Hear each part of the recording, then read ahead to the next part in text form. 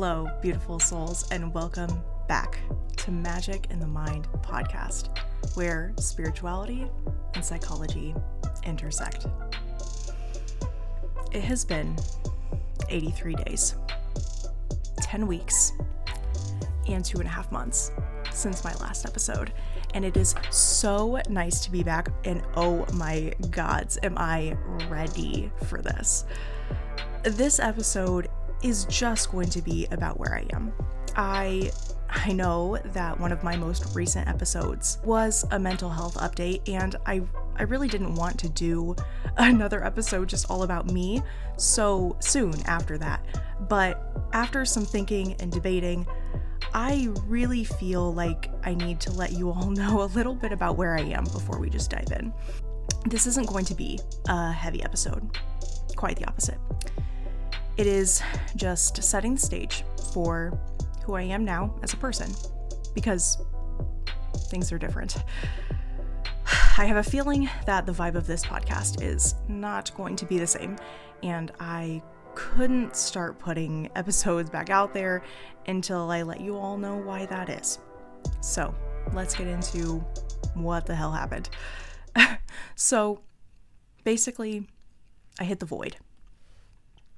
I feel like I had been kind of in a dark night of the soul for a while, a spiritual and, in my case, a mental depression. But in the middle of it, I finally hit the void.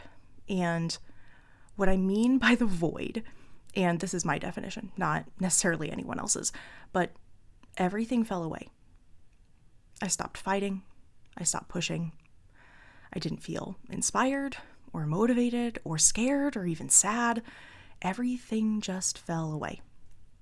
It was a complete lack of anything in my life beyond just surviving to the next day. And this is how everything changed. Like I said, I finally gave up on everything. And this kind of happened in the form of total surrender. What I found in retrospect is that what I had been trying to do, like this is the crux of this episode. What I had been trying to do all along was control everything. Control. I'm sure I've talked about wanting control, feeling the need for control in my life before. If I haven't, then I was fooling myself, because it is a huge issue in my life, always has been. But yeah, I was, in my life, I had a meditation practice. I kept up with my spiritual friends. I exercised. I developed my psychic abilities. I put out podcasts every 2 weeks. I gave card readings. And I was doing the things I thought I was supposed to do.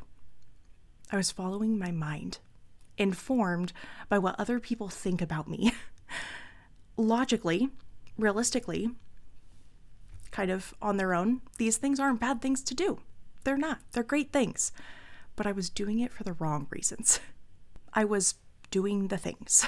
I was doing all the things and living my life like I thought I should.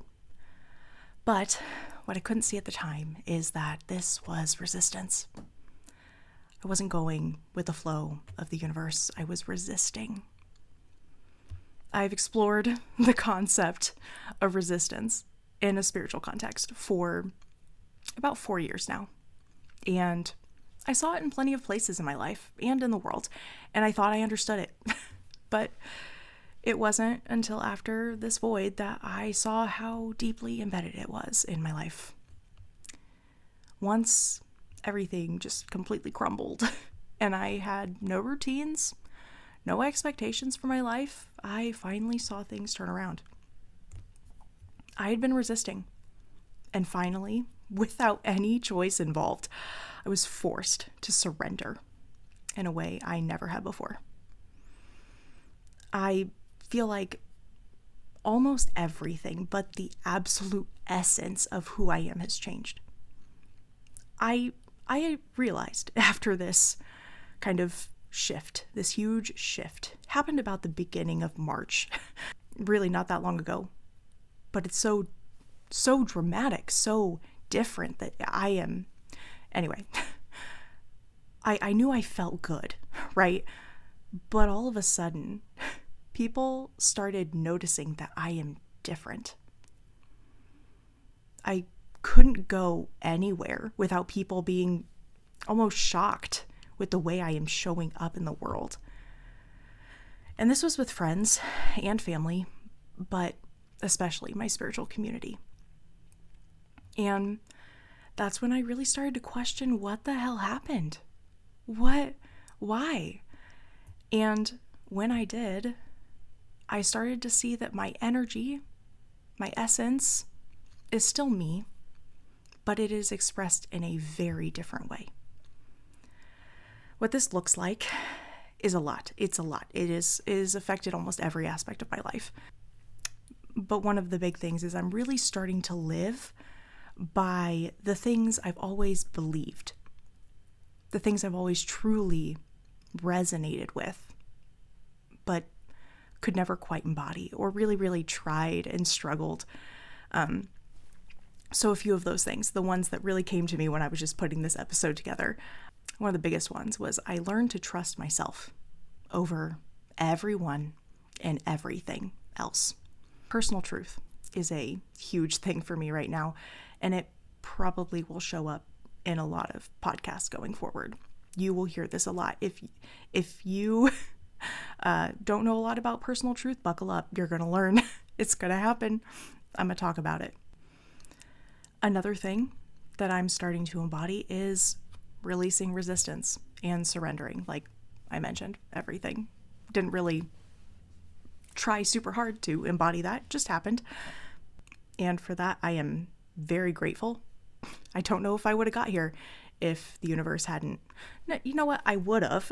I would have, but the universe just pushed me, shoved me right into the place I needed to be. And like I said, I am very grateful. I am also living with a deeper compassion and acceptance for others while honoring my needs and boundaries. I am finding the balance between showing love to others and myself. And I don't know if I've ever been able to embody my self-love like I have now in this part of my life since this shift. It's crazy. It's beautiful is what it is. This has also led into learning that loving someone doesn't mean changing them. And learning when it's best to put in the work and heal a relationship and when it's time to release someone. That's one of the harder ones. And I have a deep knowing that I am protected, guided, and I will not be allowed to fail without purpose. If I do fail, it is because it is needed for growth and lessons. I know that there is no wasted effort, no wasted time. I believe that for me, everything happens for one reason or another. I know that everything happens for a reason can be a very hurtful thing for some people. And that's why I say for me, and we are going to get into that too. I have so many things planned for this podcast, guys. Like I said, I am ready to go. We are going to get into all of it.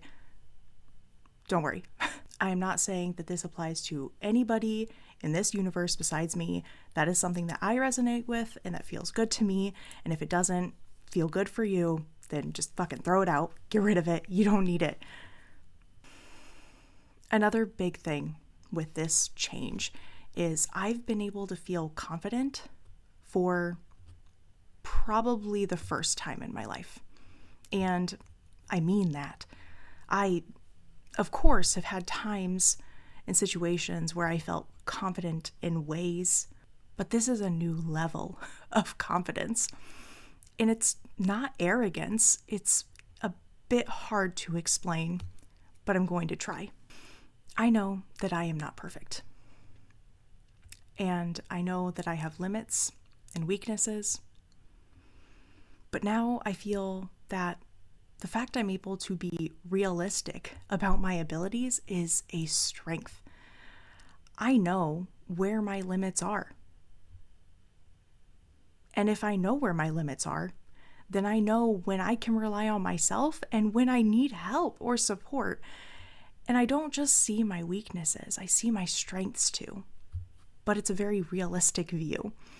I have struggled with anxiety and self-doubt, but it's like I've reached a whole new level of clarity.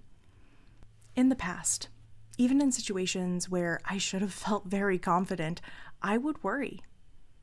I would worry about what other people were thinking about me. Then I would worry about the fact that I shouldn't care what other people are thinking about me. And then I would worry about beating myself up for caring about what other people are thinking about me.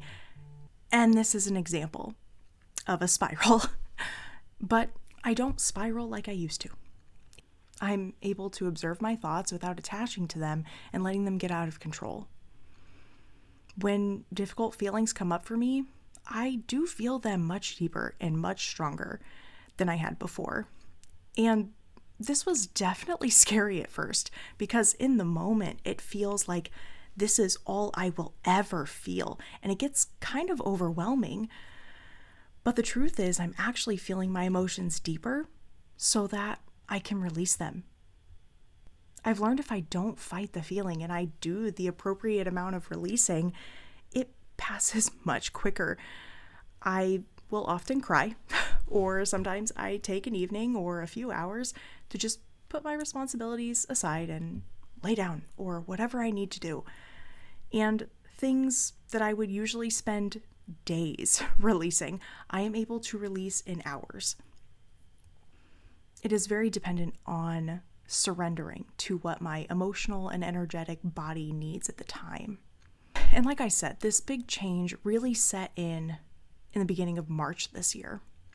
I really don't know exactly what happened. All I know is I am different. I'm a different person. I'm exploring some of why this may be. I'm sure there are a few reasons. One of them could possibly be the lessons of my Saturn return finally hitting me. And if you remember, this podcast, the very first episode was about my Saturn return, Saturn returns in general, but mine was happening in a few days of recording that podcast. And to put it in perspective, it's just now hitting. I didn't know that was a thing, but thank you to my friend Azeb from Queenly Delights, who is my astrology go-to girl for pointing this out. She pointed this out to me. Thank you so much. That was huge. It made a big difference. And I'm not going to give you a whole astrology lesson right now, but there are a few things that I've been realizing that are kind of clicking and making sense. So your rising sign is also your first house, which is all about the self. My rising is Sagittarius, and Sagittarius is all about positivity, optimism, and that's really where I've found myself, feeling very optimistic and positive, just naturally, like default mode, just chilling, having a great time. And this isn't a place I've been most of my life. I've gone through very short periods of feeling optimistic, but usually it was in an unhealthy, unrealistic way. And it feels like I'm finally stepping into my true self. But yes, I don't really know exactly what happened. I've heard of the terms spiritual awakening and spiritual opening as different things, which I kind of resonate with a bit. I haven't looked into it too much, but it makes sense to me. I've also heard people talk about having a second spiritual awakening after not fully accepting the first awakening, and I'm not really sure if this is true for me or what exactly is true for me. It's something I plan to look into more. And I guess if you all would be interested in an episode on these topics, I would be happy to do that because I am going to be doing the research anyways. I might as well share if you guys would appreciate that. Whatever happened, I am happy. I am healthy. And I am feeling fulfilled. I'm content in where I am. The good and the bad. And I'm also still very excited to go deeper and learn more. So, where are we headed? I'm probably going to be more focused on doing solo episodes for right now, or at least being a lot pickier about who I have on as a guest for the podcast, which is not to say I don't like anyone I've had on before. What I mean is, I got to a place where I found it much easier to do episodes led by another person. And that was for a few reasons. I was really struggling. If you listened to that mental health update episode, I was really struggling. And putting in the work to make a full episode was a lot at the time. It was a lot. I also was constantly worried about being right or saying something people would disagree with, or even making a fool of myself in general. Insert previous topic of spiraling here. So that is in the past for now. As far as guests, I will be having people on the podcast, but when I feel like you all will really benefit from it. And they will be people that I have vetted as knowledgeable, experienced, and generally good people. They will be other practitioners, some of my peers who may know more about an area of spirituality than I do. I'll probably have more authors on the podcast since that's something I really do enjoy doing. But I do have 3 solo episodes I'm already planning and in the works of that I just can't wait to share. And like I said, I'm finding my own truth. I'm trusting myself, and my desire to do solo podcast episodes, I think, is a real reflection of the confidence, the trust in myself, and knowing that even if people don't agree, even if people have issues with what I say, I guess I don't really care. I don't want to hurt people, but I don't care if people don't like what I say for this or that reason. One thing I'll be doing with episodes moving forward is I will be including sources of my information for each episode. Blame it on my Virgo sun, blame it on my college years. I just find it very important to be honest, and for anyone to not fully buy into something without checking where the information comes from. So, in the description of each episode, I think what I'm going to do is put a Google Doc link with all of the sources, kind of discussing maybe the pros and cons of the sources or what information I specifically took from there. It's important for us to be cross-referencing and checking things and not just listening to anyone on the internet. And this is a way you can trust me, and you can also find out things for yourself. And you can look at the original sources where I got my information and decide. That's just very important to me as a person. And if you don't care, that's fine. That's fine. But I will be doing it. As far as subject material, I'm getting a lot more interested in philosophy. We'll be talking about that a bit, and if you all enjoy it, I'll keep putting the episodes out there, at least while I'm still excited to explore it. I've started to get more interested in Buddhist concepts, especially in how it overlaps with what we see in psychology. I know we're going back to the OG. This is what we've always been talking about, but I'm just like really renewed in this desire, this passion for it, all of it. I'm also really excited to challenge some traditional beliefs in science and in modern spirituality too, and open the discussion to a different way of seeing things. And of course, we'll be looking at psychology and science too, just like always. In general, I'm ready to state my truth. Maybe some of you will agree, but even if you don't, my hope is that it will inspire you to stand for your truth. And I think that's where I'm going to leave this episode today.